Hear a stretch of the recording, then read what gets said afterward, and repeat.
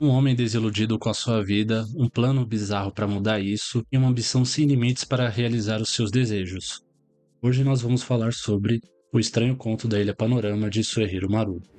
O mangá é uma adaptação da história escrita por Edogawa Ranpo, autor que se inspirava e era grande admirador das obras do norte-americano Edgar Allan Poe. Em O Estranho Conto da Ilha Panorama, a gente vai acompanhar a história do Hirosuke Itomi. O mangá começa com um sonho dele, tendo uma visão sobre um lugar maravilhoso, extremamente luxuoso. E ao despertar desse sonho, a gente acaba descobrindo que ele é um escritor que está com problemas financeiros e está com problemas para emplacar a sua carreira com uma boa história. E a partir disso, a gente vai começar a acompanhar o dia a dia desse escritor que vem vivendo grandes dificuldades em sua vida. Logo no início da história, o personagem ele descobre que um amigo de longa data dele, a quem ele já não via há muito tempo, acabou falecendo. Esse amigo é o Genzaburo Komoda, é um cara que teve muito sucesso em sua vida, ele era uma pessoa rica, muito bem sucedida, tanto na vida profissional como na vida pessoal, era uma pessoa casada, com muitos empregados, vivia realmente muito bem. E o curioso da relação entre o Hirosuke e o Genzaburo é que os dois eles são muito parecidos, né? A ponto de realmente pensarem que eles eram irmãos um do outro, de tão semelhantes que eram os dois. E tendo conhecimento da morte do seu amigo, o Hirosuke ele vai ali desenvolver um plano bem bizarro, bem maluco, para no final das contas ele tomar o lugar desse amigo. Ou seja, ele vai fingir que na verdade houve um erro o diagnóstico do falecimento deste amigo e vai retornar dos mortos no lugar dele. Para isso, o escritor ele vai desenvolver um plano que vai desencadear em diversas situações bem malucas. Entre elas, o próprio Hirosuke irá simular, irá fingir que praticou um suicídio, ou seja, vai fingir que se matou para que ele fique por fora de qualquer suspeita que poderia colocar o nome dele no retorno esquisito e muito inesperado do Genzaburo, que é o amigo dele rico que acabou falecendo. E assim, é claro que ele acaba obtendo êxito, até porque se não tivesse a obra não conseguiria ir para frente, ficaria só até os 20% aqui do que a gente lê. Então, isso não é de forma alguma um spoiler, mas é fato que ele consegue executar o plano e ele consegue tomar o lugar desse amigo, se passar por esse amigo e convencer a todos de que o diagnóstico, né, do falecimento dele foi feito de maneira incorreta, que ele na verdade foi enterrado vivo, e aí a partir disso as pessoas passam a acreditar nele, e a partir do êxito desse plano, automaticamente com o retorno à vida do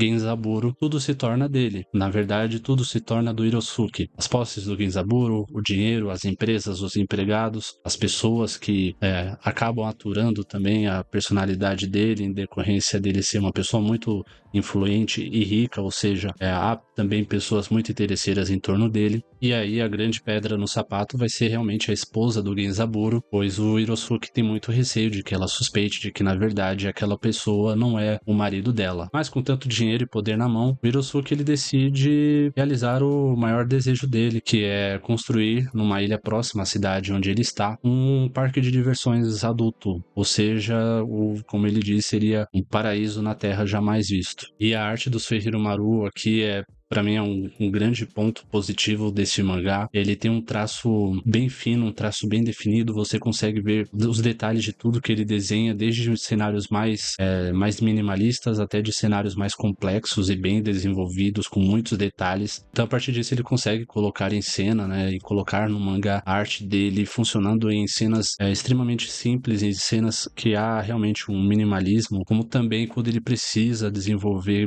de uma maneira mais complexa a arte e colocar mais detalhes, ele consegue fazer isso de uma maneira que você parece que tem até a sensação de que você tá sentindo a textura daquilo que ele tá retratando na arte dele. Esse é um ponto que eu acho muito bacana da arte do Suehiro Maru. Você realmente fica preso nas páginas, parado, olhando os detalhes dos desenhos que ele tem, porque ele realmente desenha muito bem. Porém, para aqueles que estão em busca de uma história que vai abordar o terror, que vai abordar aquela coisa mais pesada, o sentido gráfico mesmo, né, de apresentar elementos às vezes nojentos ou às vezes impactantes, aqui na verdade você não vai encontrar tanto disso, apesar de se tratar sim de um mangá para maiores de 18 anos. E é que na realidade o intuito do Suehiro Maru aqui é abordar mesmo o personagem principal e através dessa trama dele ver até onde vai nessa obsessão e até mesmo essa ausência de moralidade que o personagem tem no intuito de alcançar os seus objetivos, de realizar os seus desejos mais mais profundos. E isso a gente vai vendo, né, nessa sucessão de situações, de planos, de improvisos que ele vai fazendo para chegar até esse objetivo que ele tem. Dito isso, o mangá ele tem algumas cenas que acabam flertando ali com o terror ou com o gore, mas nada muito explícito. Mas nem por isso deixa de ser um mangá para maiores de 18 anos, como eu comentei. Aqui a gente tem também cenas de sexo explícito. Há sim certas cenas de violência em que aparece certos elementos. Há outras coisas que ficam de maneira implícita, ficam subentendidas, e aí o leitor acaba completando isso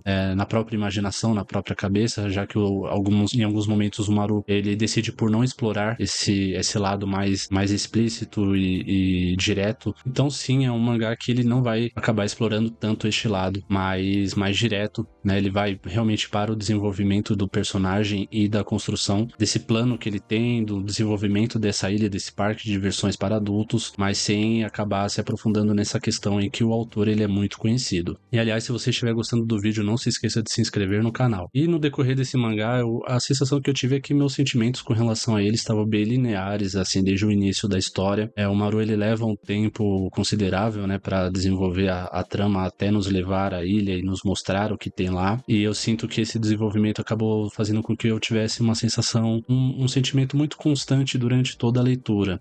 Ou seja, não foi uma leitura que acabou me entediando, mas também não foi uma leitura que acabou me gerando altas expectativas sobre o que poderia acontecer. Como a história majoritariamente, né, é feita a partir do ponto de vista do personagem principal, isso para mim prejudicou um pouquinho o desenvolvimento da história, o que resultou ao final dela.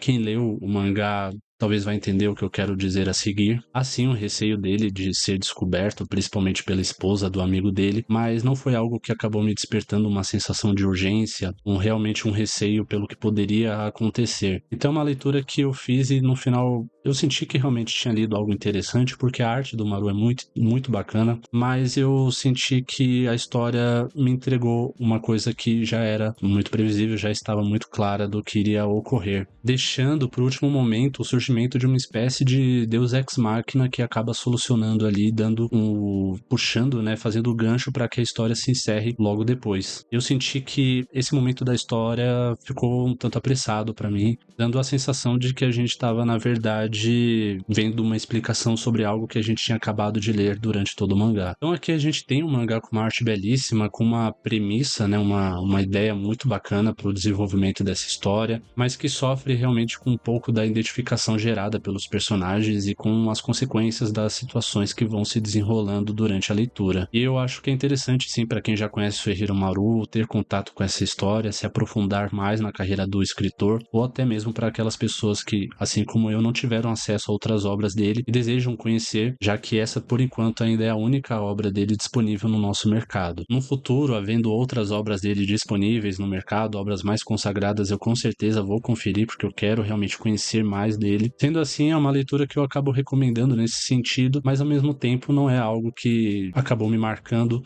Não é uma leitura que eu pretendo refazer num futuro próximo. E para finalizar, na edição da Pipoca Nanquim eu não encontrei nenhum erro de revisão, nenhum problema com o texto, tá? Aqui quando a gente tira a sobrecapa fica dessa maneira. É um mangá com uma boa gramatura nas folhas, não atrapalha a leitura. É um mangá que é realmente muito confortável para ler. Ele vem com um marca-página próprio da edição, que é este marca-página aqui, esse marcador muito legal que a editora sempre faz nos mangás que eles publicam. E um outro ponto bem positivo dessa edição é que ela é cheia de notas de rodapé, tem um glossário ao final para contextualizar o leitor caso queira saber mais sobre algum termo específico do Japão, sobre referências históricas, entre outras referências que são feitas aqui nesse mangá. Realmente tem algumas referências que fogem do conhecimento geral do público brasileiro, e esse é um ponto bem positivo para essa edição da editora Pipoca Nanquim, que, como sempre, acaba acertando muito no tratamento que eles têm com as publicações dos mangás. Mas aí agora eu quero saber de você, se você gostou do Estranho Conto da Ilha Panorama, se você não gostou, quais são suas opiniões a respeito desse mangá do Suehiro Maru.